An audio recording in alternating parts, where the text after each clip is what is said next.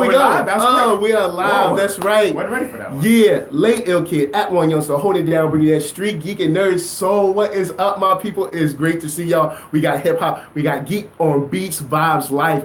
Joined by the producer extraordinaire, Arckatron. What's going on, man? How you doing? Chilling, man. It's been a while. But I think we got another set of hot albums. Yeah. Yes. Now, okay. Beats Vibes Life is where Arckatron brings an album, I bring an album, and we talk about why it's great, why we recommend it, why we love it so much. And today, what's your album? My album is, hold on. Bam. Ghostface Killah, Supreme Clientele. Woo. That's what it is. It's straight up heat. And my album is bam. That's right. Supa Dupa Fly. That's right. Supa Dupa Fly for Missy. First album. I mean, just incredible, man. Just kills it. I love it. It's amazing. So, why'd you pick Supreme Clientele? I picked Supreme Clientele because this was the first time after. Okay, look at the liners. Yeah, look at the liners. Let's just preface this off top. It was off top. Matter of fact, let's see where the Supreme at. Let me see those lines. He's from VA. Oh yeah. So Missy is that's yes. the thing. I'm from Jersey, VA, Jersey. All right, but I'm a Wu-Tang fan, Wu head. So when Ghostface Killah came out, Supreme Clientele, it was a resurgence for a moment. Like, yo, Wu is back, because like there was a bunch of questionable solo albums in between Forever and Supreme Clientele. Questionable. Yeah, you ain't lying on that one. It was great to hear like, oh, yo, Riz is making beats that are like we actually like, like. No offense, I'm just saying like it was a resurgence. RZA went through a lull. You know what I'm saying? Well, not to say he's not talented, but he was went doing through more. He was trying to do more original than Bobby. He was still in that Bobby Digital phase where every other. Bobby. Did you? Stop T. I got the T20 single with you. Oh boy. So Supreme Clientele was like yo, Wu is back. I remember everyone was saying that I knew it was Wu heads. Yeah. Like yo, the Wu is back. Yeah. That was definitely the so Ghost. It's the second album. People have a sophomore slump. I think Ghostface got better from Iron Man to Supreme Clientele. For me, it's my favorite Ghostface album because I feel that was his pinnacle. He changed his whole style up from the beginning to that album. And it was like, yo, his energy was totally different. Yeah, and definitely. The music was different, a little bit different, and it just felt like it was like a resurgence of the Wu sound, basically. Yeah. Or not a resurgence, but like more like a updated version of the Wu sound. Yeah, I'll agree. The thing I love about Supreme Clientele is that the album is dripping with just style and swag of like the album is just like he just comes off so cool in it. Yeah. And it's just every single song there's just so much just flavor that's uniquely Ghostface. Yeah. Now I will say this is also the album, even though he switched up his style. And I love this album. But this is the album where he started being like, what is he talking about? Yeah, there's some indecipherable lyrics. You're like, what is, this is cool. You can't but I don't know what he's talking about. You need a decoder ring to decode the Ghostface lyrics. Yeah. You need to have like maybe a couple decoder rings, like on each finger, on all your hands. Alan, I see you in the chat. I think your chat messages are going super fast. I don't know why, but shouts out to Alan in the chat. I'm not sure who else. Let's see who's in the chat. Hit the live chat. See. I don't know. It's not showing us anyway. But I see you in the chat. So mad love. When I see him come up, we'll talk back. I think it's moving really quick. I can't even see it. Yeah, because it went fast. I was like, what? Flashing. Just like flashing. So why did you pick Missy Elliott, Supa Dupa Fly? It came out at the perfect time when I've always loved hip hop, but I always felt like, man, we did have Skills come out with a joint, but it just didn't really count. I mean, it count, really, but it didn't really head nod, head nod factor. Yeah, it didn't really connect with me. But there was something about when Missy and Timbaland came out. Yeah. It just felt like finally we got something. It's kind of like when Outkast was like, the South got something to say. It's like Virginia finally had, because you had Atlanta or you had Miami or Houston or New York, whatever. But Virginia didn't have anything that was uniquely theirs. True. And Missy just brought something that was so creative and different. Yeah. And it was just different and just perfect for the time, because you were talking about the albums that were out then, like you had Puff with No Way Out, you had Wu-Tang Forever, and this was something that was just like Biggie came out, Biggie came out the same year, so you had something that was like so different, so just cool, and Supa Dupa Fly, and I loved it. Yeah, Missy is like a quadruple threat. Yeah, like she sing, rap, produce, dance. Yeah. And anything else in between, but she was like the full artist that came out and like, yo, what? It just hit us by storm, like, yo, what? And yeah, because she was so different, and she was off the production wise. Timbaland was right at this apex. I feel he was just coming into his own, because he already did stuff with Aaliyah like a couple years before, before with the 1 in a Million, 1 in a Million, and stuff with Genuine, and like then you have Missy, like it just like, all like at the same time started to click, and they had a little click together, Genuine, Missy, which I'll get into in a little bit. I'm gonna get into that. And 702, the whole crew. You go Sebastian, you go this. There was Magoo, Saint Nick, Magoo. Yeah, it was like a whole bunch of people had to sit in. It was like this whole like VA sound that they defined what the VA sound was at the time, and I felt like it was like the perfect timing, or just something different. And I was like, I was on it. I was like, yeah. Saw I Can't Stand the Rain. I was like, yeah, I'm in. I'm fully in. Then Beat Me 911. Yeah, that's my straight up to this day. Beat Me 911 comes on in my like random or whatever. I play it back like 2 or 3 times because I just love the energy in that song. 702 is really coming with it. Missy is, she probably wrote the whole thing, so Missy's killing it. There's something about that beat that just. It's perfect. You got Magoo in there. It's just like it's like this perfect like time capsule of how great they all were at being the pieces to make that song. Yeah. And it's just something about that song. But then you have like Friendly Skies. I like that one. Of course, Can't Stand the Rain. I like that one. Hit Him With the Heat. Hit Him With the Heat. Another thing that I like about Missy is that Missy came at a time where she was able to, I don't know, maybe be the link or the bridge between other female MCs. Yeah, that's I was gonna you say Lil Kim, but I was gonna say Soccer to Me. Yep. The Brat. Lil Kim, the Brat. Woo. And that Brat verse. She was able to kind of like be this bridge between them, and it was great. Like I really enjoyed the way they were able to like get artists to gravitate towards them. In the sound. I just think that they were doing like my man Supa said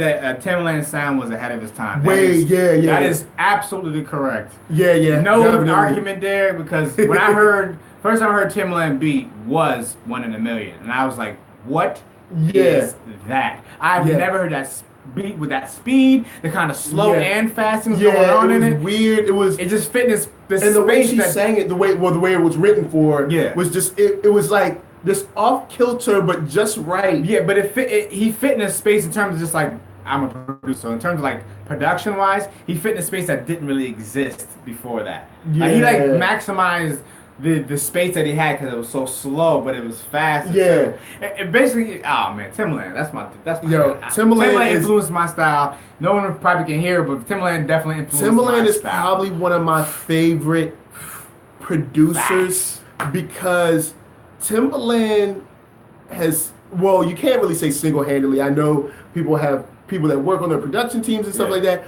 but Timbaland as, I guess, the captain of a ship, you know what I'm saying, that's going forward, has changed the sound of popular music 3 times, 4 times now? About 3 or 4 times. Yeah, and he's, man, always coming with it, always got it. Like, he's just dope. And I don't know, guys, I see you putting down comments in YouTube. Crazy.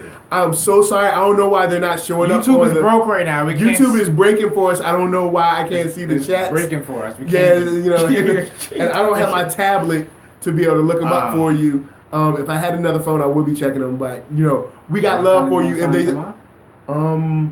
Yeah, because you can just give us like 1 second. Wait, but I'll talk about Ghostface for a second. The thing about Supreme Clientele was that, like, it seemed like when you said like the Wu is back. Yeah. Not only was the Wu back, but it seemed like this is the first time they were a crew since what is it? Forever? Since forever.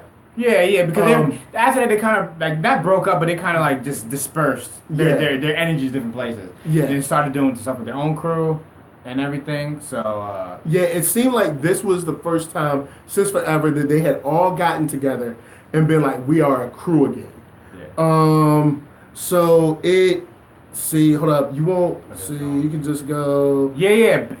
I'm an Algo C said, yeah. He used to put his own production, his own like beatbox. He used to beatbox in the production. Yeah. Like that's like something that's like kind of very, very new idea. Yeah. Of like putting your own like voice, like beatboxing into the production. I mean, you had like, it was a throwback in a way. If you think about like, like Dougie Fresh, you know what I mean? Like Dougie Fresh doing the whole beat with his mouth, you know what I'm saying? So, whew. All right, cool. So, Alan, Bite Our Style, Best Friends was good. You know, Bite Our Style was another one where she was like, la, la, la, la, la. And I just said, that's when I posted on my Instagram. That's actually, that's a Jamiroquai sample. Oh, it is? Oh, yeah. The Morning Glory. Yeah, Morning Glory. Yep. But yeah, Max, I am from VA, so yeah, mad love, 2 up, 2 down. But I wanted to say this about the whole, I guess the Blackground crew. Yeah. Straight up, I'll put that crew up at that time. Up against any crew musically, at least in the hip hop R&B space. You're talking about Genuine, Aaliyah, Missy, Tim, Playa, Magoo, and they were all on like this nice wavelength frequency where they were 702 and 702 even like this like ancillary like like 702 like total like because they did Trippin' for Total and there was 2 songs they did What About Us and Trippin'. I really like Trippin' because there's this breakdown where it's like the beat just is like la la la la la la la la and it's like random, but the way it's put is just killer, man. Like, love it. I don't even my IG Alan, like picture like went off. So I don't know if you guys see me. Give me a thumbs up if you guys can see me on IG. I can't tell. Yo, this is and everything's breaking today. Alan said Timbaland's One in a Million influenced modern trap music. Facts. Okay, yeah. Facts. I can kind of see that. I can kind of see that. Okay. All right. Yeah. All right. So So the 2 producers, you know, we got RZA and we have Timbaland. Yeah. Oh, reverse it. All right, hold on. You see my speaker? Hold on. Okay, hold on. Let me flip it back. Can you see me now? Thumbs up. I kidded a couple times to see the flip. I didn't see nothing, but I only see myself. Yeah, we don't see nothing. I flipped it. Oh. You said I see speakers. I flipped it one time. Now, you see me? All right, cool. Work. Thanks, Super. But yeah, so Timbaland and RZA are the 2 producers that influenced my style. Like, like before Dilla, pre-Dilla. Right. This is the pre-Dilla era.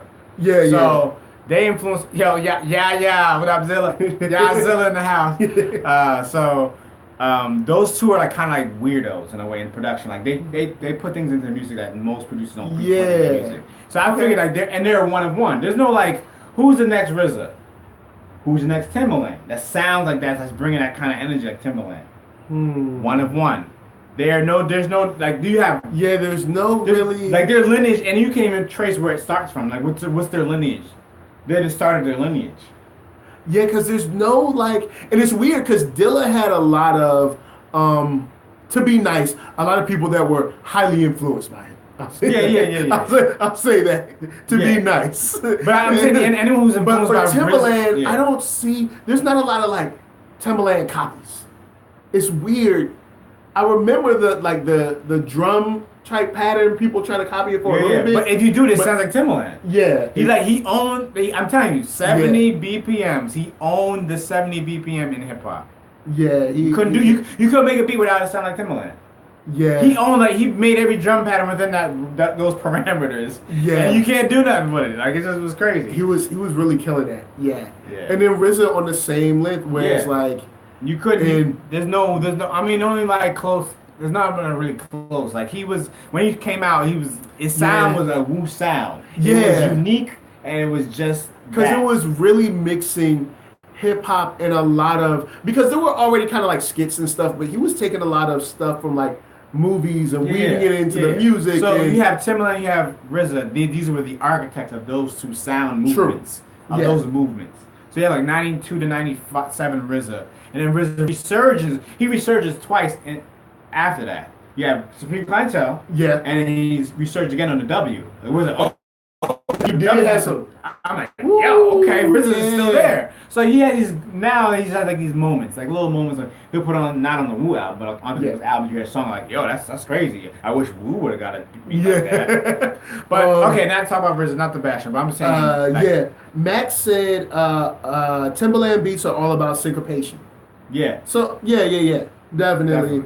Yeah, I remember like the Rain coming out and then Beat Me 911, Hit Him With the Heat, Sock It To Me, and then years later when they came out with Ninth Inning and stuff, and that big gap between, and there's other Missy albums that I'll probably talk about on the show Real World, later. Which I have the Real World. Yeah, but Missy. I completely because talking about that dancing, I forgot how much Missy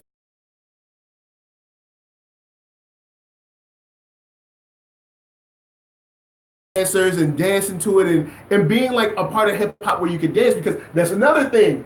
We were in a period of hip hop where people weren't dancing. They don't dance no more. Yeah, all they do is this.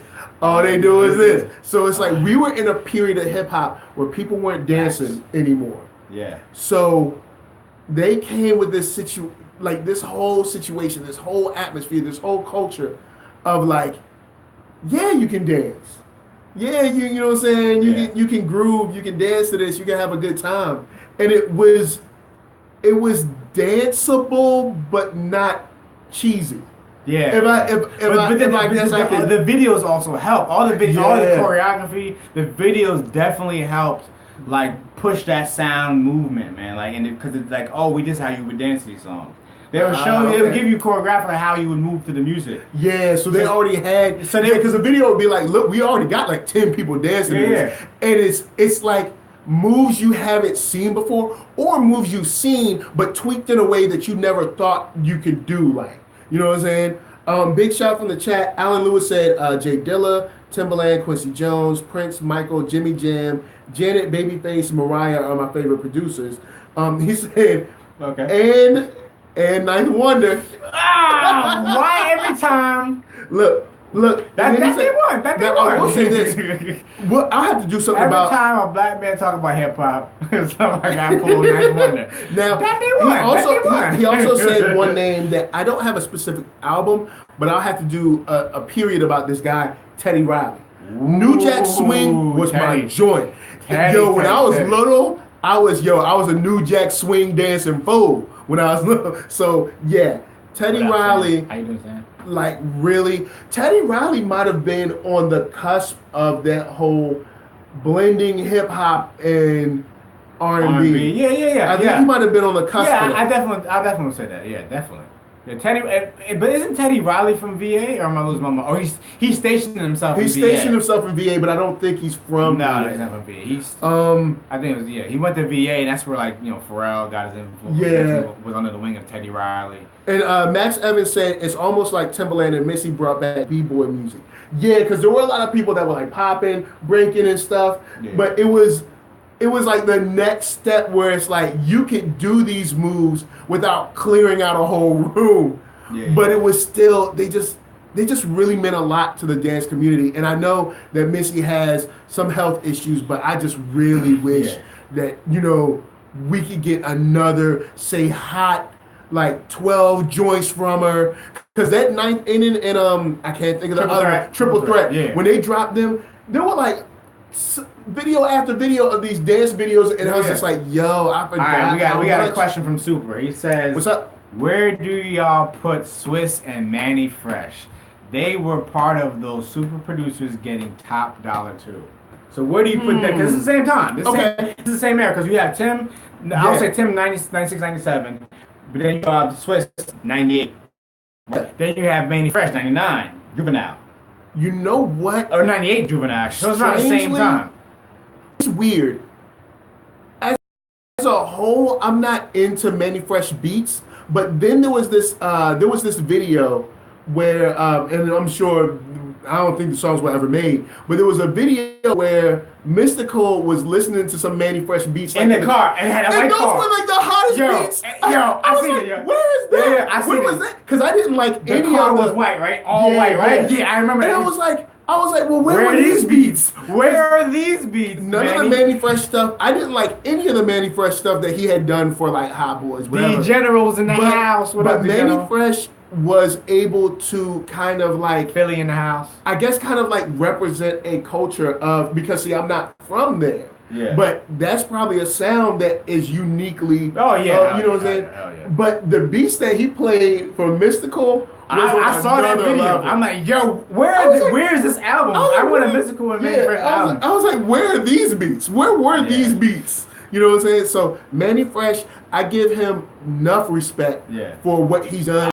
His beats aren't really my, forte, but the ones he played in that car. I give Manny Fresh, I give him his props because like it's a difference. He brought in a different sound. Yeah. Swiss too. I had to say Swiss too, even though like if you look up there was Rough Riders album somewhere up there. I bought Volume 1 Ride or Die. I bought DMX album Bling Bling. I bought so Swiss is up there too in terms of shaping a sound. Yeah. It was a different sound. Again, he brought in a whole new sound. Definitely. Even though people that hate his, later on like, oh, keyboard beats is whack or whatever. But he did have some he found a way to position himself. He had some heat though. Yeah, there's definitely, I can't ride with every Swiss joint, but he's definitely got some heat, man. Like one of them, the joint that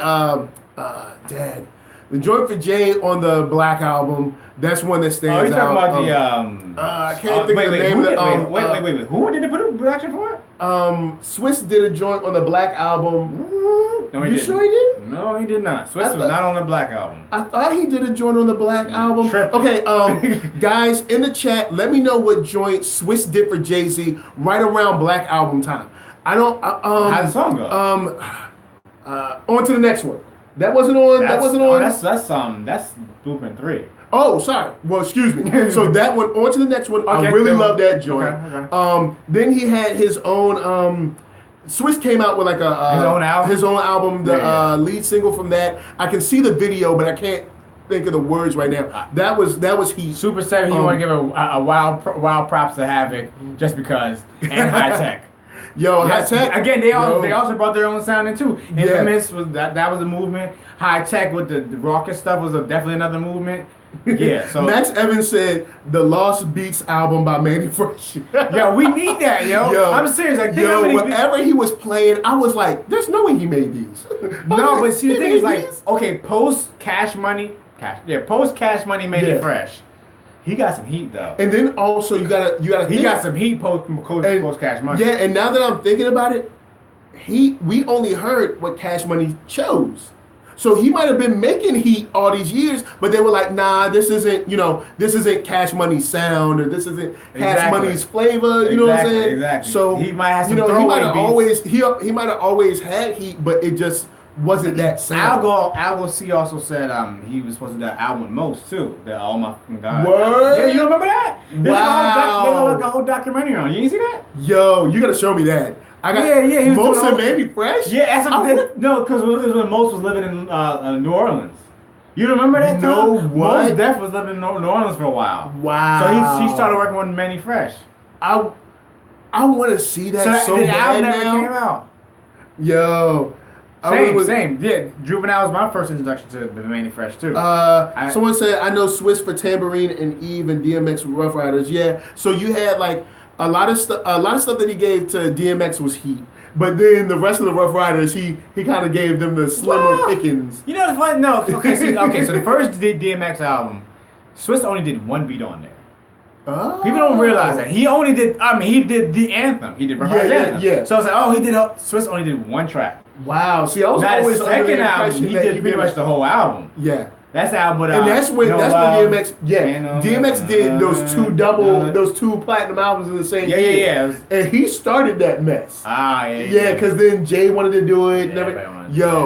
People forget how crazy hot DMX was when he first came out. What? Like DMX was, and I know he's had his troubles and everything, but when DMX dropped, he was like something that was like otherworldly. That's crazy. He said Swiss was 18 when he did Rough Riders Anthem. Wow, really? Crazy. That's crazy. That's crazy. I didn't know he was that young. I know he was young. I know he was that young. That's crazy. Wow. Damn, young Swizzy. But he changed his style. Like his style changed over the years, which is good because you know how I feel about people making the same beat over and over. Ninth Wonder. You know how some people say, making the same beat over and over. Oh man, don't say Ninth Wonder around this guy. Ninth Wonder. I do like the way he chops a sample every now and then, though. I will say that. Well, we'll give him that, but we'll jump. No, his chops is great. Drums. Ninth Wonder drums. Same drums all the time. Same drums. So I'm just saying, like, switch it up.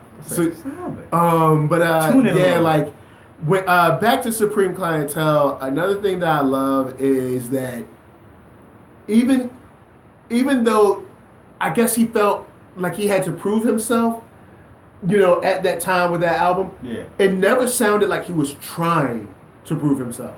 Yeah. He just came on the track and just killed it. Yeah. It never seemed like he was trying to like, I've got to get it back for Ghostface, or I've got to get it back for Wu-Tang. Yeah, he just came on and just did his thing, and it was natural. I just didn't think the space. I don't know what. Okay, so he had 2 tracks before Supreme Clientele dropped that were just buzzing in the streets. That's Mighty Healthy and Cobra Clutch. And I was like, but that was the first time we heard, because you heard like Forever Ghost, and the next time we heard Ghost was those 2 tracks, or like on the solo when he's on the solo album, like featured on there. But the way he was rapping was totally different. Like it's just like it was a moment where it just like clicked for him, and he just sounded his energy was totally different, and you're like, yo, this dude is ripping this thing. And I don't care about no Action Bronson. Ghost is the real Ghost. I don't care how you try to make your voice sound. No, but that's how he sounds. I know. But he's not Ghostface. He ain't Ghost. He said, what do y'all think about Just Blaze? We're gonna. In general, I dig Just Blaze. Yeah. In general, I don't know. I haven't heard all of his stuff, but for most stuff, he has a very, I'd say clubby, but with a knock for your truck. You know what I'm saying? Yeah. So it's got a clubby feel to it. Like, so, the girls will hit the floor on the joint, but you can still knock it in the truck. And it's like, it's a nice mix. I'm not super on Just Blaze. Like, say if I was to make an album right now, Just Blaze wouldn't be on my list. Okay, so you wouldn't want Just Blaze production? I mean, not saying I wouldn't turn it down, but he's not the first that comes to my mind. But what if he gave you that joint like he gave my other favorite guy, Kweli? Oh, you know what? Yeah, and that's kind of that song. Yeah, that song is kind of up my alley too. Cause my style. Yeah, that style would be right up my alley. Cause then I could always write about. That kind of melody could go. You could write about like your mother. You could write about your sister. You could write about something like that. Love. So I'm saying, he has it in his chamber, but he just never got to use it because the artists he was working with always wanted that other stuff. So with that said, I'd have my people call his. I'd take a meeting with Just Blaze. But he gave JLX some classics. You know what? Don't forget. I'm telling you, J Electronica, another album you ain't never gonna get. You ain't never ever gonna get it. You just like never gonna get it, because you ain't gonna get it. All right, so D General asks, best producer / rapper. I'd have to say best producer / rapper. Man, I got mine already. I'd have to put. I don't know if I'd say the best, but up there would have to be Dilla because of that. Just the Number way, one. just the way he would like really just brag and it's funny because he didn't like live that life, but it was so believable when he said it. Like he was it was a character he came up with. It's called, actually the character is called Nigga Man. Yeah, Nigga Man. But the thing is, Nigga Man, we're gonna go with bang. So all right, Dilla was, I think he was the all around all the way threat, like because like he was in the pocket, he wasn't all over the place. It was concise. He could rap. He could rap. You know what I mean? Like it was like, oh, he can't. No, Dilla could rap. Dilla could rap. So real and the beats was just, maybe. In my opinion, it's Dilla. I'm trying to think. All right, other producers. All right, so Pete. Diamond D. That's a good one. See, Havoc is a good one. Havoc is in a weird spot though, because I don't think Havoc has put out the amount of content. Well, you gotta count. You gotta count Mob as the content. Yeah, but he's not. He's produced Mob albums and was rapping on all the tracks. Yeah. Okay. Well, I guess because it's different when you're in a group. You know what I'm saying? But if you're doing a production too. Okay. It's basically like your album. You're doing double. If you take P off, you have like a verse and a half per song. Okay. So all right, I'll give that back. Havoc definitely deserves to be in the running.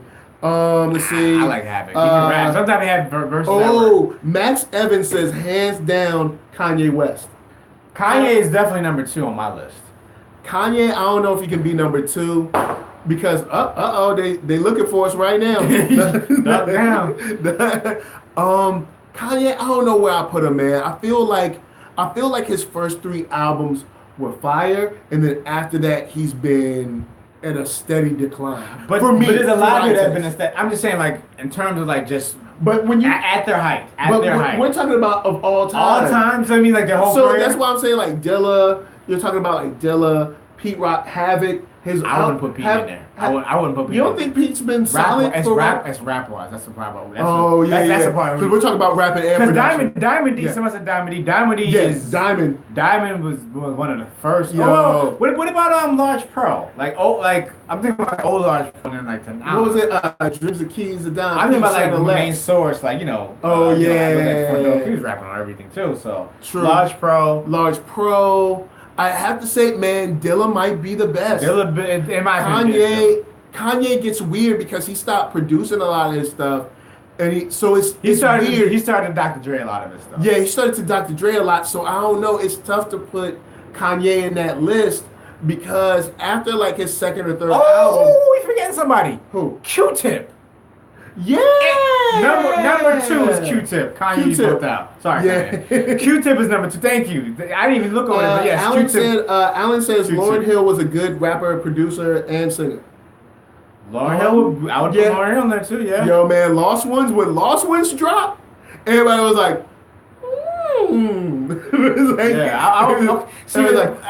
know how much production she was doing though. Like, that's true. I don't know if Lauryn was getting beats on the drum machines. Yeah, it's Lauryn, but Lauryn is another one of those like crazy, burn bright for like 2-3 years. She was like, white hot for a moment. Yeah, white hot. And then remember that Source cover? She was on the front. It was a white cover. She was on the front.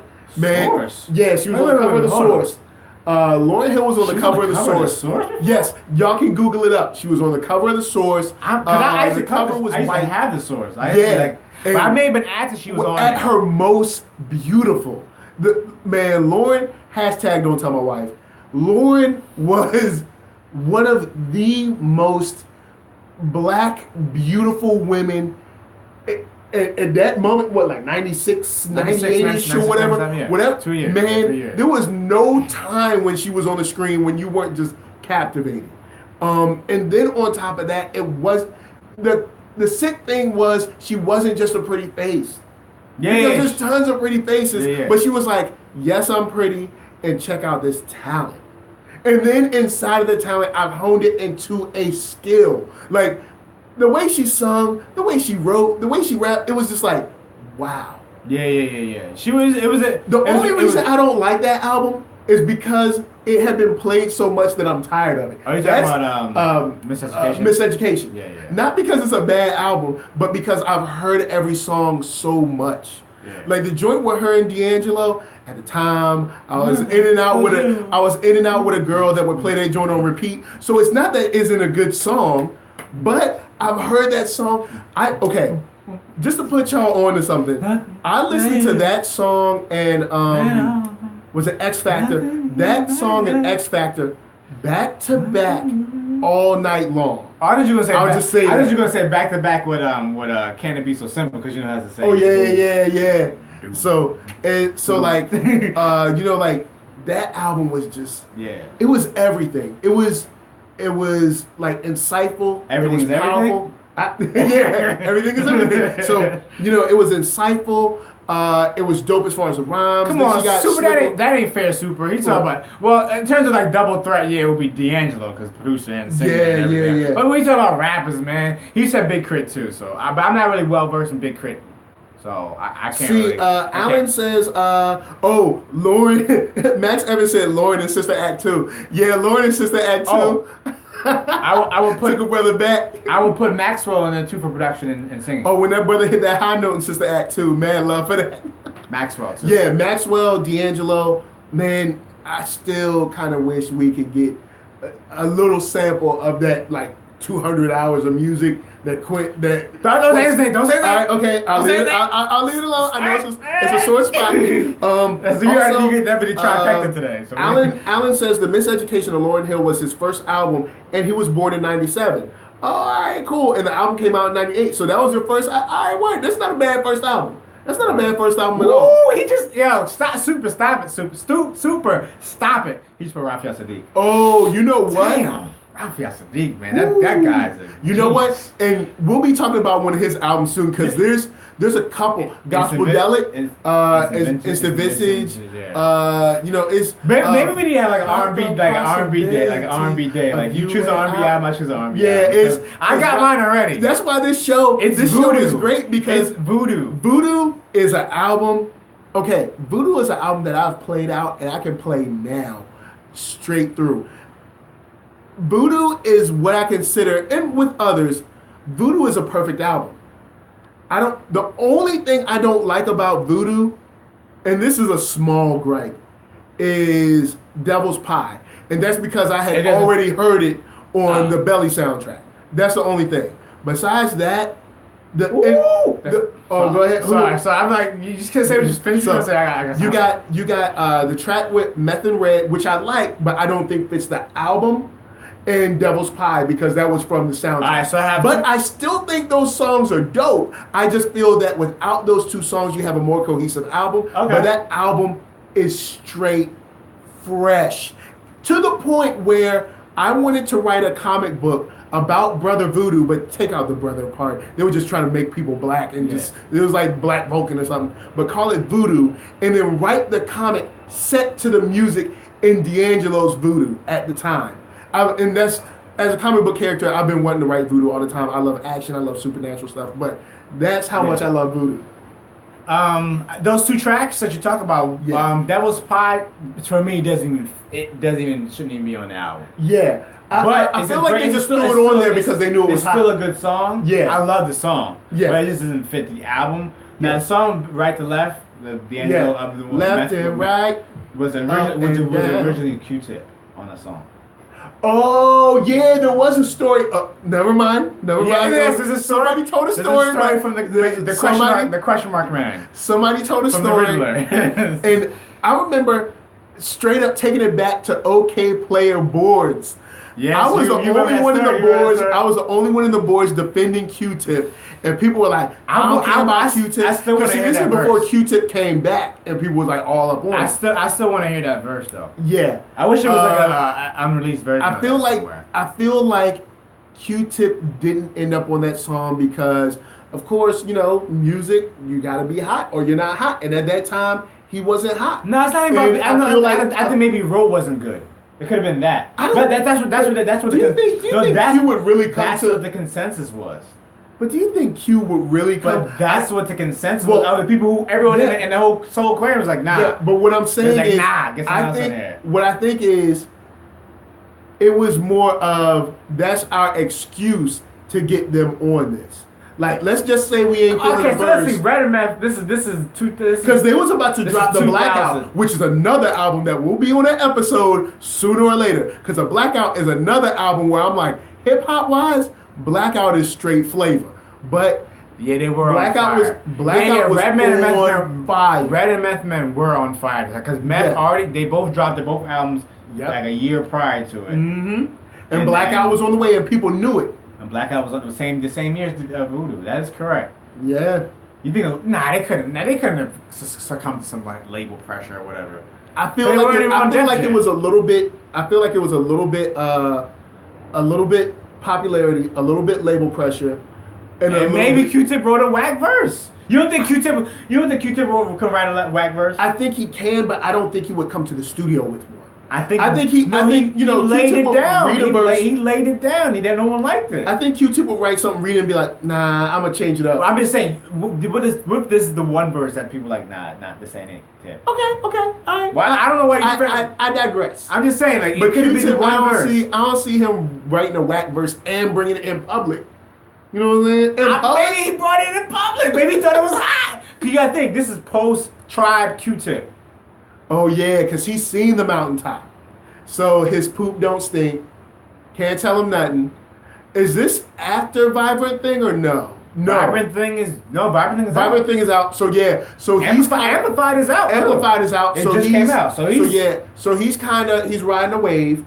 He's definitely feeling himself. Saying. Okay. So maybe he's definitely feeling himself. Eric Sermon got production on a lot of let's see. He double. I could put him on the rapping production. Yeah. Max Evans, thank you. X Factor, that was the name of the song. But yeah, X Factor, I listened to that song and that one and the D'Angelo joint with Lauren like all night long. Yeah, I forget the song is called X Factor because she doesn't ever say X Factor in the song. Yeah, but it's it's all good. It should be called Reciprocity. That's what it should be called. True. Because the way she split it up, it should be Reciprocity.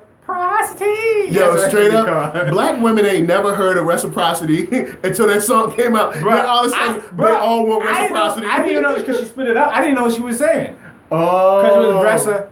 I'm like, Prosody, okay, and Okay, cool. Reciprocity. I had no idea what she was talking about. But like, what's prosody? You had this is pre-Google, so you couldn't even do your Googles on it. Yeah, couldn't even Google on that. But man, like I have to say, yeah, when it comes to D'Angelo and Voodoo, I am an extreme, even more than Black Messiah. And you can't S on STHSI on Voodoo because VA. Yeah, I know. I never would. You can't, just like me, I can never Voodoo front on Redman. Redman is probably one of the best neo-soul, if not soul albums in modern history. Straight up. It should be in a museum. Like straight up, it should. Like everything post, let's say modern history post, let's say like 1980. Voodoo's probably the best. It's not saying much time is on this. I think like, Voodoo's just is just everything.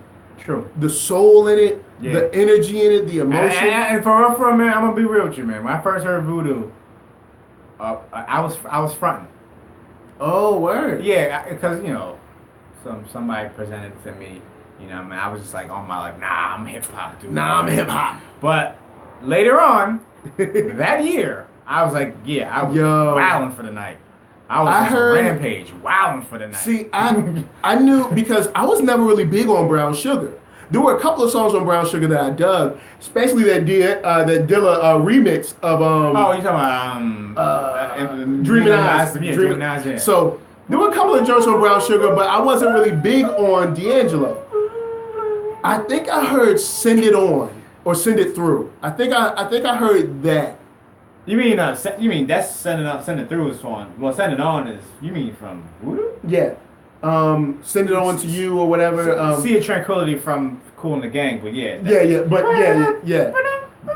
Yeah, so I was like, I think I heard Brown Sugar. No, I was saying I wasn't feeling Brown Sugar, but then when I heard Send It On or Send It Through or whatever, then I was like, okay. All right, but what's this new album going to be like? Oh, what's the new album? Talking about the differences between the old and new. I was like, wait, what? So, because before that, the only thing I had heard was the joint on Belly. And so when I heard Brown Sugar itself, the song itself is a genius song. Yeah, I love Brown Sugar. I love Dreamin' Eyes. Yeah, but you're still talking about 3 songs in like a 12-track album. No, but there's some joints on it though. Go back to listen to it. I have. It's a time. It's a time. I guess it's because Voodoo is so strong. It's a time period piece. Yeah, so you have to be in 90. You have to flash back to 95. Lady is dope, and the Lady remix is dope too. With AZ? AZ on it. Yo, don't sleep on AZ. Yeah. Yeah. So let's see. When we get by, you know what? I'll give you that. When we get by. Oh yeah. Oh no, I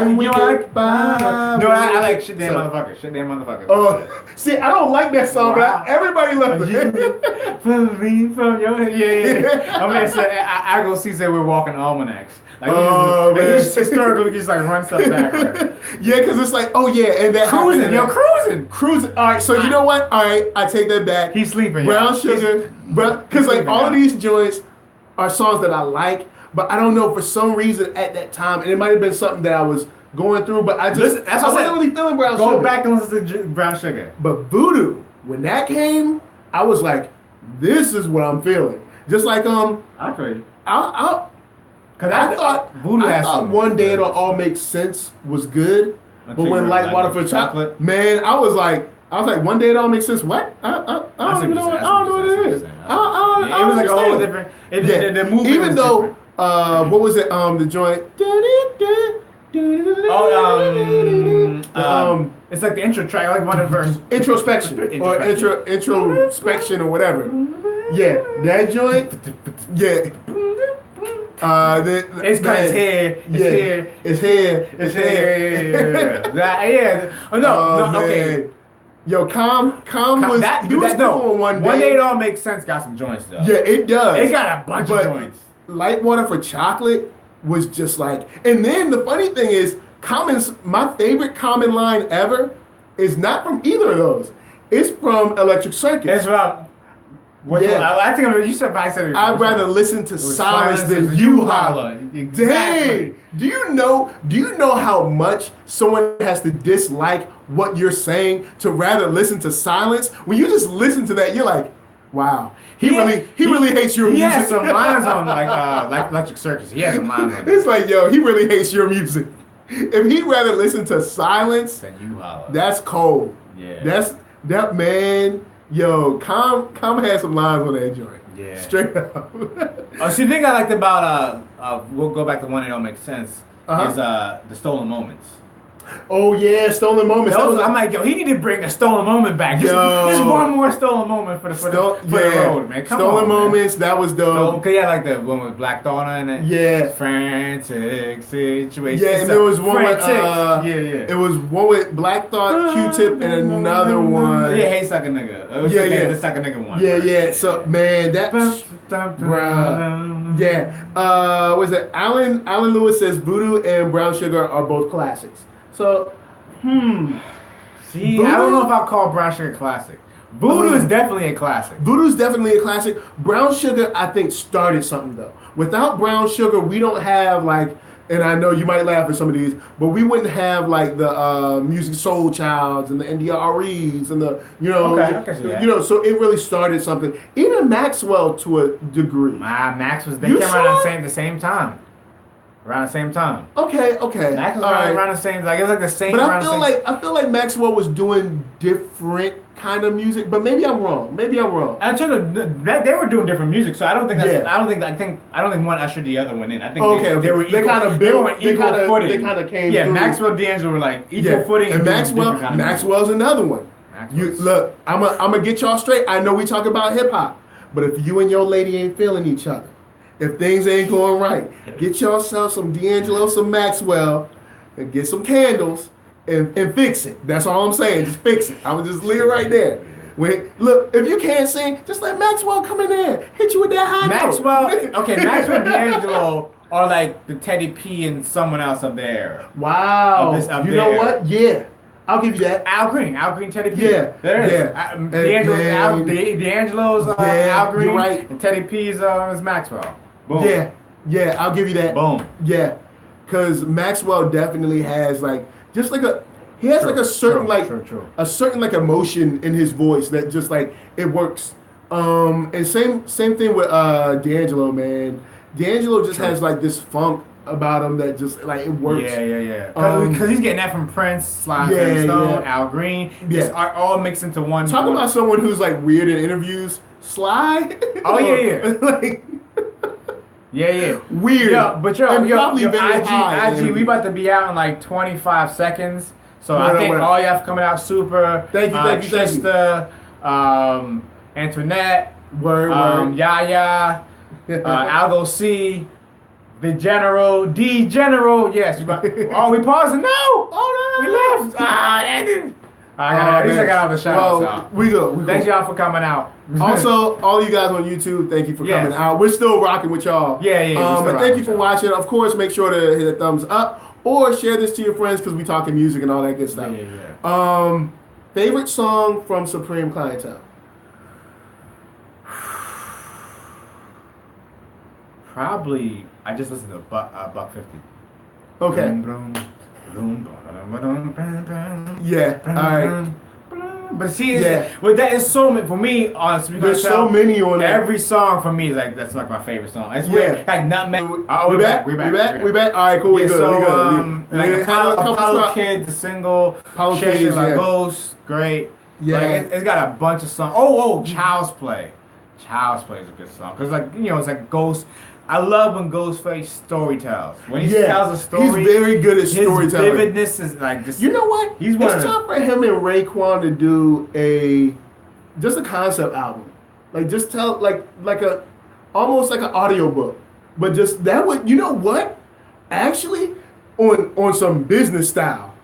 Raekwon, Ghostface, y'all can get that hip hop and that Audible money. You know what I'm saying? Get that Amazon Audible money. Yeah, because I'm thinking like... look at how people going crazy over Hamilton. And I know y'all can rap better than... Look, I'm just leave it alone.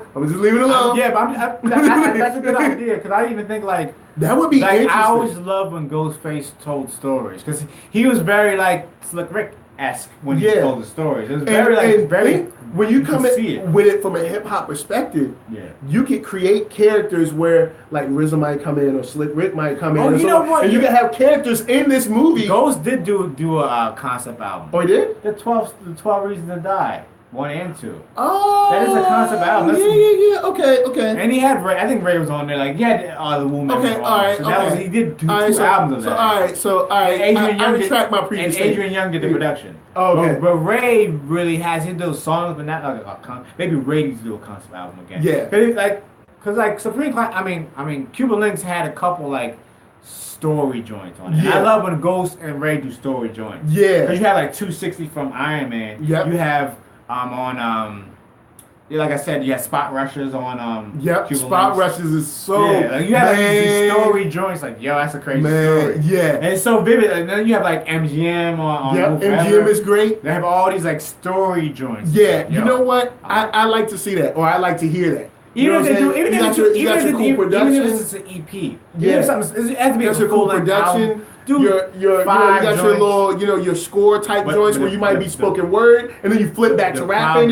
The problem is the production part. Who's going to produce? Because Adrian Young can do it. I like it, but I'd like to see something. I'd like to see something out of left field. Who's someone we wouldn't? I got it. What's up? Fly Low. I was about to say that. See, we here. Fly Low. I was either going to say Flying Lotus or someone way left field, and y'all might think I'm crazy, and I'm gonna bring their album up on one episode. But Justice, the electronic group. Audio Video Disco is one. Airplane Over Cross is another one. Kind of like Daft Punk, but they use a lot more bass, electric bass and stuff. I think something just weird, just something left field and weird, where you could go through like straight hip hop into like a score type joint. I got another one. What's up? It's my man. This is left field. All right. Not even falling so far left field. Knowledge.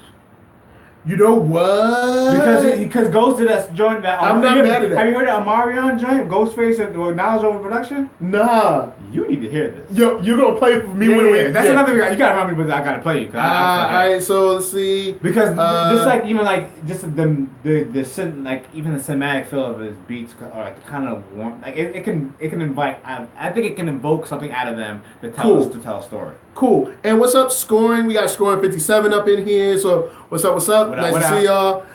But yeah, that would be cool. Something that's like super like something so different. I think Flying Lows would probably be the more polished version of that. Yeah. Because he had like like something like Until the Quiet Comes. Yeah, like people rap over that, like really rap over it. Yeah. There's some like Ghostface. So something like Quiet Comes is another one that's like, or even like. I mean, just like Flying Lows and Thundercat together with Ghost and Ghost Ray and like just something like I don't know, like some Ghost Ray need to tell a story again. It's been a while since we heard them back and forth. Yeah. Like even like, cause I like how like their back and forth is like these other two dudes on my name are comparable. Ghost, not Ghost, the other Ghost. Styles P and Jada, like they're back and forth, and like Ghost, like their back and forth is like, yo, you guys need to do this more often. Yeah, because I like when like certain rappers can like play off each other. Tip and Fife, same thing. Yeah, when they play off each other. You're right. That's the thing in my opinion is missing from hip hop. That kind of playing off each other back and forth. Yeah, and it's like you need that energy sometimes to have. You have it like a little bit that TD used to do on some of the songs like Vice. Okay. Not Vice City. Is it called Vice City? Yeah, it's called Vice City. Yeah. I can't stand myself. Like they have this like little play off of each other. Like I like stuff like that where like they're all in a group and they're just like doing this kind of like remind me of I'm bouncing all over the place now. It kind of remind me of Raise Up. Remember Raise Up, Slum Village? Oh, okay, like, one was like, nah, maybe it's me. One's like, yeah, it was me. The other was like, nah, it wasn't me. You know what I mean? It's like how their verses went. Yeah. I like how they just were playing off that idea. So I like. What up, Coolie High? Nice to see you coming through. What up, Coolie High? All right, so my favorite song on I've already said it. My favorite song on Supa Dupa Fly is definitely Beat Me 911. Yeah, Beat Me 911. It's Beat Me 911 is just something. It's right up my alley. I love that song. Missy kills it. 702 kills it. Magoo kills it. Tim.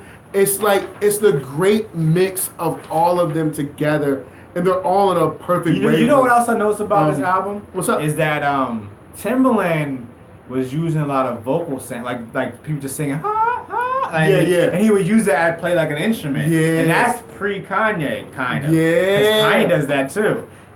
So Tim really ushered in a whole bunch of like new stuff. And look at how baller she is. And like another thing is Missy would take so many like fashion stances and own it.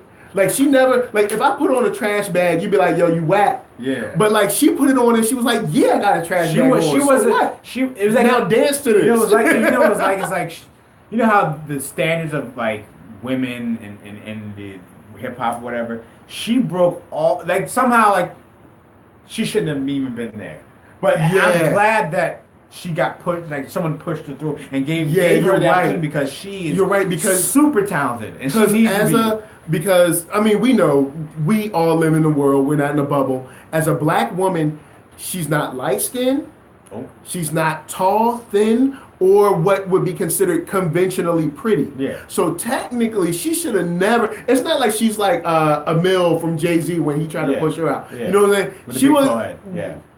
Huh? Did I say that? You ain't hear nothing. He was talking. Oh, say that again. So she didn't fit like what the industry was kind of like calling for or looking for. Yeah. But she came and just like kicked down everything. It was undeniable. I'm dope. She was like, I'm dope. Sometimes when your music and what you do is so undeniable, those forces that try to push you away can't stop it. Like your music and what you're doing is so much more powerful than what they're trying to do. Yeah. What they're trying to hold you back from doing. And I'm happy that Missy got to the platform where she did, so that she could make the music and do the stuff that she really wanted to do. And because she was in the group before that, she was hot albums. That R&B group before that. Sister. Yeah.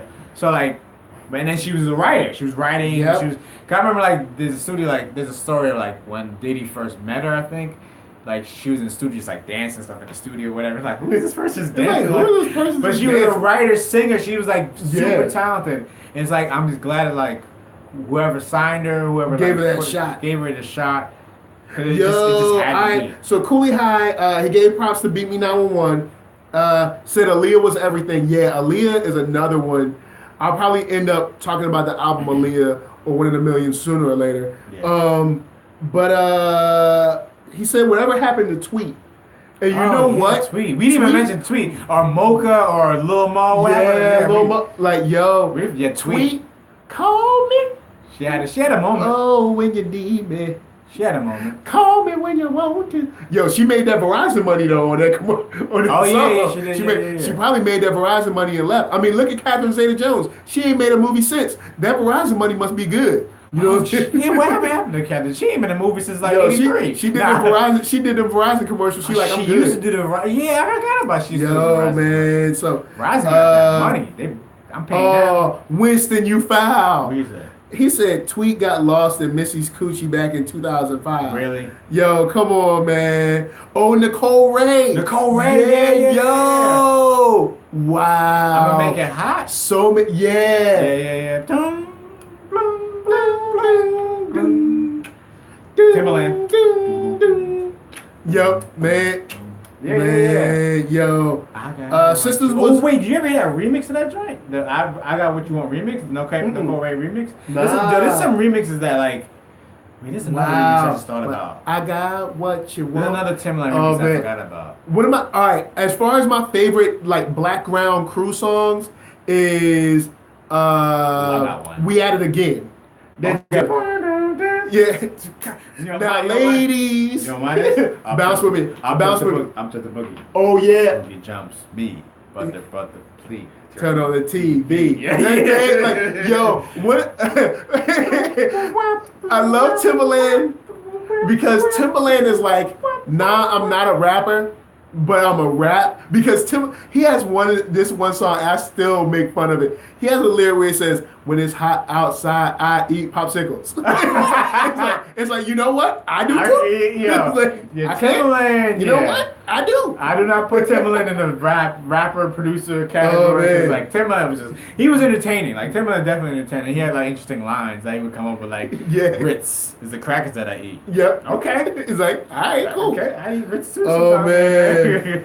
All right. Oh man. Winston Williams, you up in here just slaying people. What do you say? Winston Williams said Catherine Zeta-Jones was soul sucked from Michael Douglas, Shake Sun style. Your soul is mine. Oh man. Cooley High said Genuine 100% album is dope. Yeah, like there's something that had 8 inches on it. Yeah. Yo, 100% is Anxious like, is one of my favorite songs, man. Anxious and dun, dun, dun, so anxious. Dun, dun, No. That's the breakdown part, but I know you. Oh, yeah, about the video. But Same OG is another song that I love. Like, man, yo, man. Oh, he said Bubba Sparks. You know what? I'm gonna say this. Bubba Sparks, Timberland gave him beats though. He gave him beats. He gave him some. Timberland didn't son him. It's not like Timberland gave him whack beats. Timberland gave everybody heat. No matter what. Pablo got heat. Yep. That North Carolina. North Carolina. That raise up, take your shirt off. He gave everybody heat. You are correct about it. He never like skimped. Like he honestly tried to make black round. There's only one person he not skimped, but like one person that was surprised. Loose rap. I love that from Aaliyah. But yeah. You know what's surprisingly that this person got like probably the wackest Timberland beat of all time. What? Busta Rhymes. What? Off the Big Bang album. He gave him a beat on there, yo. He did? Yeah, don't go listen to that, man. It's not. Oh man, it's cold. No, but Busta Rhymes, you forgot about Busta Rhymes on the album. He's in the intro and outro. He's in the intro and the outro. Like I think they were both on Electro or something like that. Electro, but this is like 97 Busta Rhymes. This is post the coming Busta Rhymes. So he got the hypest Busta Rhymes. Yeah. He was like, yo, I was like, I forgot the Busta Rhymes started his album off. That's a perfect way to say. Yeah. I wish that the Shining Dilla album. I wish Busta Rhymes actually rapped on the track. Another album that I wish we got was Timberland and Twista. That's another album that I wish we got. They did a couple tracks together, but they never did an album. Because he was on that Is That Your Chick, right? Yeah, And he was on like Under Construction album or something like that. He was on one of those joints because Timbaland had a couple of albums like Under Construction. Timbaland and Twista, that was a missed opportunity. That would have been a very interesting collaboration. Yeah, that would have been some heat. Cause Twista be coming with some heat. I can't catch all the lyrics, but it's hot. Yeah, but he is rap. These are words he's using. It's not like Ghostface. You're like, what words are those? Like, what order of words are you using? Like, how are you using these words? Yo, Winston Williams just said, yeah. Yo, You got but it was so perfect, man, to have Busta on there, especially with the energy Missy has. Yeah. Like, because she has a very kind of like wild, creative energy.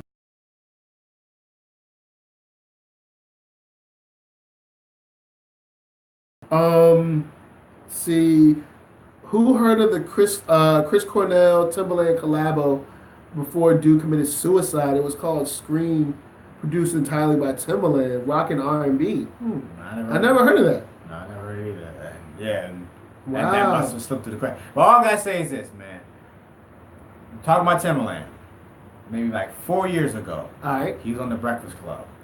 Alright. And he was dropping some music with Tink. Oh. And he played another joint that we probably ain't never gonna hear. One joint. I mean, a tear came to my eye. I was like, Timbaland never left. This man is still alive, kicking and breathing and killing it. I was like, man, I want to hear that. Cause it was could the beat like switched up, like, and then switched up, like the beat like switched up. And he changed like the pitch of the whole beat. And that's just how. And she was like, because she was basically, Tink was it was like the mixture of all the artists that Timbaland worked with, pretty much on the black, like Missy, Mocha, Player, all the she was. And Player had a pretty dope album too. I won't say it's classic, but there's some good stuff on it. I never play it. Oh, I don't think I remember that album. They had Cheers to You, right? Was it Cheers? Yeah. The Cheers to You? Yeah. Cheers to You. Which is not Summer Breeze. No, it is Summer Breeze. Isaac Brothers. For giving me a chance. Yeah. See, Aaliyah self-titled, Janet's The Velvet Rope. Yeah, Janet's The Velvet Rope was probably her last good album, in my opinion. But Velvet Rope was that heat. Yeah. Brandy's Aphrodisiac paved the way for alternative R&B. I'm gonna say this, and I'll probably bring it on the show sooner or later. Brandy's first album. Brandy's very first album. The whatever album. I think that was self-titled, maybe. I don't remember. But Brandy's first album, which I think was self-titled, just straight good. Like you had Baby was good. The remix of Baby was good. Dang, now I'm blanking on the songs. Let's see. I think I just mixed that with like the I Tony Wanna Braxton Be song. Down was good. I think I just mixed that with the Tony Braxton song. Yeah. Ooh, I get so Yo, the remix on that joint. No, the Eric Sermon joint. There's some straight heat out there, yo, for y'all, for real. Yeah, Eric Sermon was doing that a couple of times over. Like he was just taking vocals. 702 was ahead of their time. You know what? The 702 album, because that's the time they were messing with Mr. Timmy. The Stilo? Stilo. Yeah. Yo, Stilo is a good album.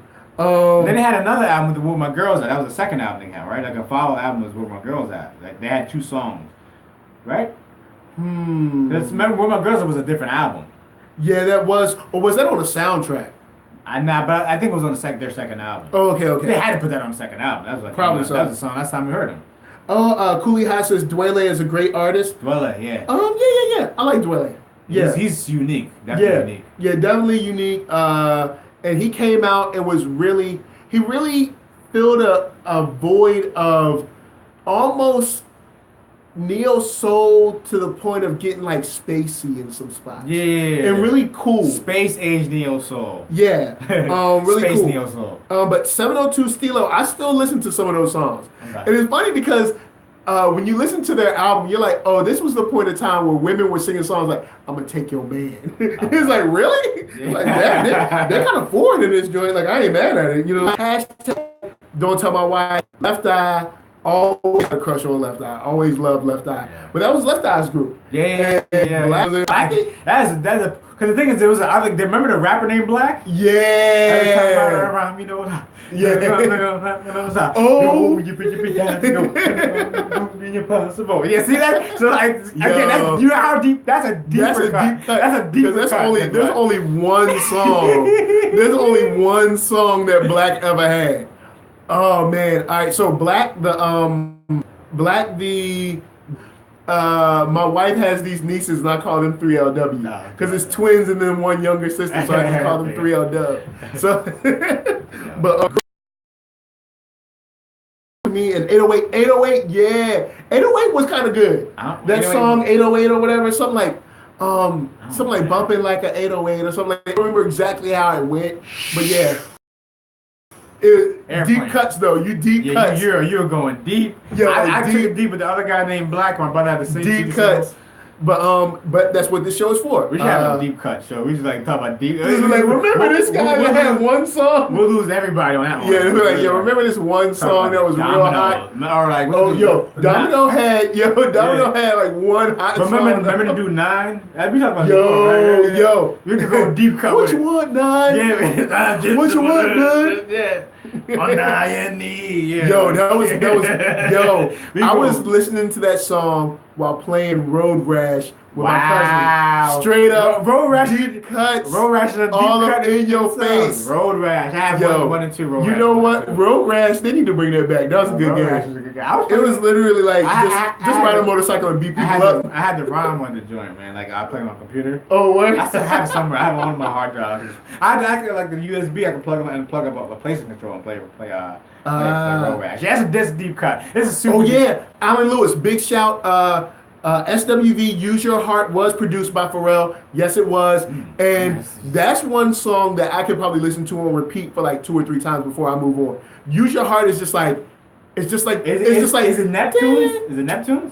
Well, it's just Pharrell that I know of, but it might be. What year is this? Use Your Heart. In terms of where Pharrell is in his when did that come out? Like 93? When did Use Your Heart come out? When did Use Your Heart? Group we talking about? SWV. Oh, SWV. Use Your Heart and not your eyes. Dang, I'm trying to remember. Wait, 93? Pharrell was producing in 93? I mean, I guess. Oh, Skilo. I wish I was a little bit. Wow. Instead of Stilo? No, Skilo. No, but maybe because we said Stilo was... Nah, he said Skilo, I wish. What about it? He just saying it and laughing. He just laughing. He just throwing out random songs. One hit wonders, whatever? Oh. Okay. Oh, man. He said, dude looks like an Anthony Mackie / Malcolm X DBZ fusion. Oh, man. Winston Williams is foul, man. Yo, you were wrong. You wrong, brother. That's crazy. All right. Oh, man. Oh, so 96 is when SWV Use Your Heart came out? Okay, so that sounds about right. All right, cool. So 96. So yeah, but that's the song. It's just got a mellow vibe to it. I never heard it because I don't know. Oh, all right, cool. We'll play it after the show. In terms of R&B cuts, I'm not. I can't go that deep, especially in the 90s. I can't go that deep. Oh, okay. But certain artists I can. But R&B in the 90s was like it was a perfect fertile ground. Now I know there's someone who just dropped a 19-minute track that I don't want to name because I don't ride with him no more. He was a large part of the 90s. We don't talk about but that guy. He isn't, because somebody was like, well, this person was the king of R&B in the 90s. It's like, yo, he wasn't the only person. Depending on if you want to go earlier, late 90s, you got people like Avant, or you got people like Bobby Brown, you got Boyz II Men, you got 112. There's a lot of men, and groups during the 90s that didn't just have to be this one person. Now, unfortunately, I will say that this one person did just create a lot of baby making music in the 90s. But he ain't the only person that made good music in the 90s. You know what I'm saying? So, man, we ain't trying to... We ain't gonna say his name. Oh, so for real. Yo, that Candy Rain. Yo, that Candy Rain. Yo, little known fact. Me and a couple of my friends performed Candy Rain at a school talent show. Deep cuts. Probably won't never see that VHS coming to a theater near you. Oh man, I think Pete Rock co-produced on that track. Maybe. Because Heavy D did that track. Oh, yeah. Because that was when he was doing Uptown and everything. Yeah, Black Street. That was his cousin. Black Street is the. Oh, where? Oh, I didn't know that. Yeah, P-Rock and Heavy D are cousins. Oh, all right. Now I get that connection. See, that's all right. Word. There it is. Oh man. Let's What see. is that, Black Street? See. Look at Alan Lewis. I'm not reading that, Alan. I'm not reading that. Nah. Man, yo, Heavy D had, not only was he lyrical, but he had this air about him where he could go closer to like the rougher stuff or stay light with it. He had that kind of that kind of attitude I think about the him where he was able- reincarnation of Heavy D in a female form was Missy. Ooh, To pull it all back. Yeah, Because he was dancing too. He was big. The only thing he had on Missy was he was light skinned. Yeah, That's it. he was an Everything overweight else- lover. Yeah, overweight but lover. he was He only- would be wearing suits and dancing. Dancing and stuff. Dance with the boys. Yep. I Heavy D don't and the remember their boys. names, but it was just the boys. They were the It boys. was the boys. So, but he was dancing. He was rapping. He always had R&B influences in all his music. Yo, Alan said, "Remember Janae?" You know what? We gonna have an episode just called "Remember." We gonna be remembering. Yo, Janae had some. The groove thing. Matter of fact, that was produced by Naughty by Nature. KG. KG. Yeah. Man, yo, Janae. Naughty by Nature. Yeah. And the funny thing is, the two young ladies that are on Grownish, the two young ladies that are singing, the twins. Chloe and I be calling, ever since I first saw them, I've been calling them Janae Jr. I know that's not their real names. Okay. It's Chloe and something, but they're great. They've got some great, they got some great voices. I've never, they are never dumb, known them. like just great voices with some good range and some great melodies. Yeah. Especially to be like as young as they are. Yeah. So just props to them just randomly. Random props. Yo. Johnny Jr. I ain't messing with Star Drew. Star Drew said LL Cool J had a pretty good song, Phenomenon. Yo. All right, look.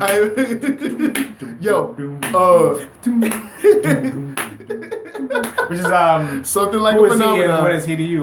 Bill Withers. Oh That's the yeah. All right, now check it. Yeah, I can go cut with the samples. Speaking of LL, somebody was talking about how unexpected LL's success has been and whatever, and I fired back saying LL's success was just a matter of time because A, he's attractive, B, he's tall, C, he's talented. Like sooner or later it was just going to happen for him. Yeah, but like, LL's success was from the beginning. What do you mean? Like, yeah, but what they were saying, his success like continued. He was just a rapper, and now look at all he's done in there. I was like, that was just a matter of time. Come on, tall, handsome, and talented. Unless you go in unless you blow then it. He got like brolic like in the middle of it all. Yeah, he got like super because if you go back and look at. Yeah, if you go back and look at like the young LL, he's just like a regular looking dude. Skinny kid with the jumpsuit and the Kango hat. Like he had that Kango hard though. He had to because that big ass head here on there, man. For real, man. Oh, he got a dome. He got a super dome. He got the New Orleans super dome. No, Cooley High didn't say Deep Blue Sea was the joint. My head is like a Sharks fan. You know what I'm saying? My head is like a Sharks fan. Deep Blue. Sharks fan. You know what I'm saying? No. I shut him down. Remember that joint from Any Given Sunday? Yeah. Get home, man. You know what? That was a good song. That was a good song. DJ Scratch on the production. Oh, DJ Scratch is someone else who I can't put in the pantheon of great producers because I don't think he has the output, but he's definitely got heat.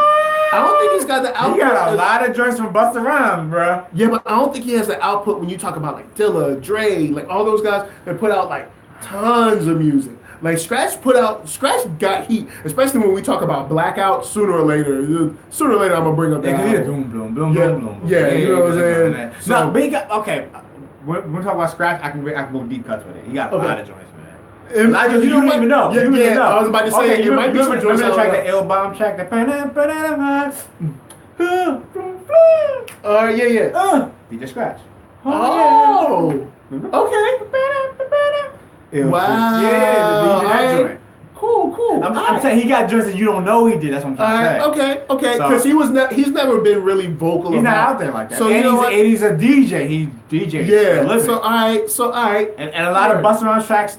That's true. That can count towards. Speaking of DJs, my favorite DJ of all time, DJ Jazzy Jeff. Wow, that's crazy because I was talking about this. Someone said, "Who asked that question to me?" Like, "Oh, was DJ Jazzy Jeff really good?" I was somewhere and I was like, "Yeah, he's like the best DJ I've ever seen." If you listen to a DJ Jazzy Jeff mix, you're gonna get old, new, R&B, hip hop. I saw this rock. man. You're gonna get everything, I saw this and it's man not live. gonna miss a beat. Mixing. I was in matching. Philly for 12 years. I saw this man perform a couple times, and I saw him at the art museum, the Rocky Steps, as people like to call them. And it was a 4th of July celebration. So he came with. But your guy was there, man, Skill. That must have been when Skills was chilling with OK Player and all that. No. It was not long ago. It was 4 or 5 years ago. So OK Player, what's that? Nah, OK Player. That's an old idea. No. Keep moving. But I'm saying, like, yeah, so he was like, and they was showing him, and stuff he was doing was ridiculous. I'm like, this dude is a DJ. If I want a DJ, I want DJ Jazzy Jeff. Yeah, like. If not him, I want Scratch. One of the two. Because they dare act like DJs, like they still keep putting it in. Cooley High and Don't Sleep on Fresh Prince. You know what? That first album is straight heat.